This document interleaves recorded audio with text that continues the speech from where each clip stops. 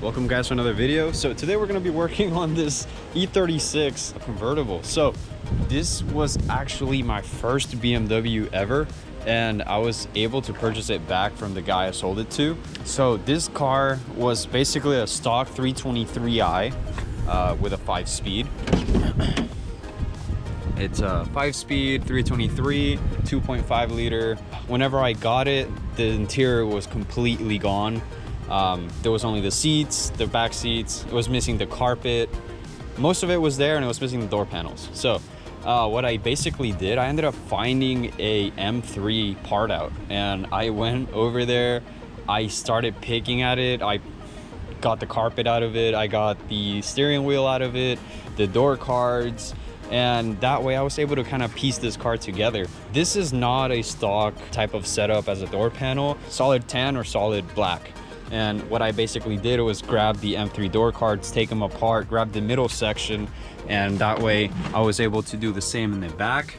And we kind of have this black and tan theme going in the whole car. So since the whole M3 interior was black, I kind of incorporated the black into the tan, because obviously I wasn't able to get the seats and whatnot, or at least the fronts. The backs were still there, but there was no point in me getting the backs if I didn't have the fronts. So I ended up picking up the carpet, the door panels, whatever I needed to kind of piece this car together. And I ended up selling it a year ago, thinking I was going to move out of state. I let it go, and I regretted it ever since. So the guy I ended up selling it to, he kind of was in the same problem that I was at that time. He's moving, he doesn't want to take the car with him, or he just couldn't. So he decided just to sell it, and I told him, dude, if you're gonna sell it to me, I'll buy it, and I can be there with cash. So he ended up taking the deal. I ended up buying it back. Other than the interior parts that I grabbed from the M3, I was able to get the whole rear subframe from the M3.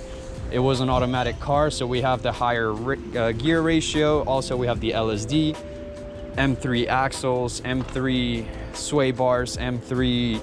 We had springs, M3 springs on it as well. So since I sold the car to that guy, my friend, he ended up doing a lot of work to it, including these E36 style wheels.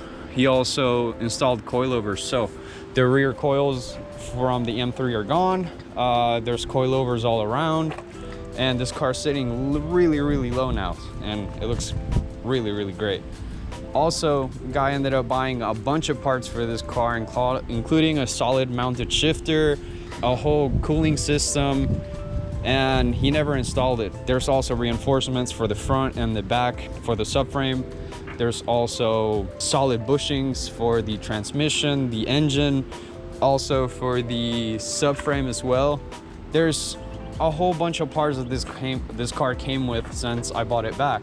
There's also a brand new soft top that I can install, and all those parts are brand new. They're not installed, and that's over $2,500 worth of parts that the guy spent on planning on putting them on, but he never did.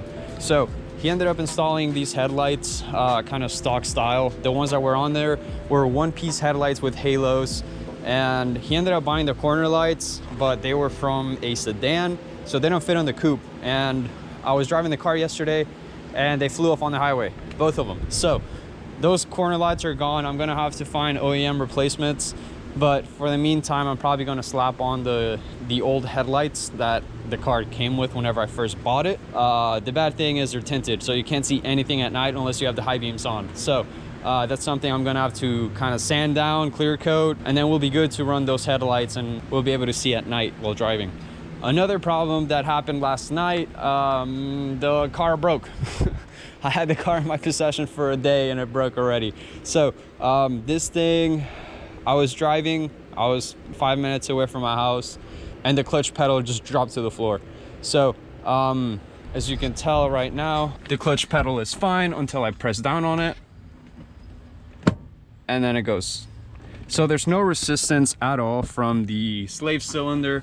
So that either means the slave cylinder is bad or the fork inside the transmission broke off and there's nothing holding the slave cylinder to hold the pressure and it just dumps the whole fluid to the ground. And that's basically what's happening right now because there's fluid on the ground coming from the transmission bell housing. So what we're gonna have to do is jack this thing up, take off the slave, look at it, inspect it. Hopefully we have zero issues with the linkage. If there's something wrong with it, then the transmission actually has to come out. So this is really, really disappointing. I've had this car for a day. It was my first BMW and it came back to me running, drove it for a day, it broke. We're gonna put this thing in here. I cleaned up the whole garage so we have some space to work.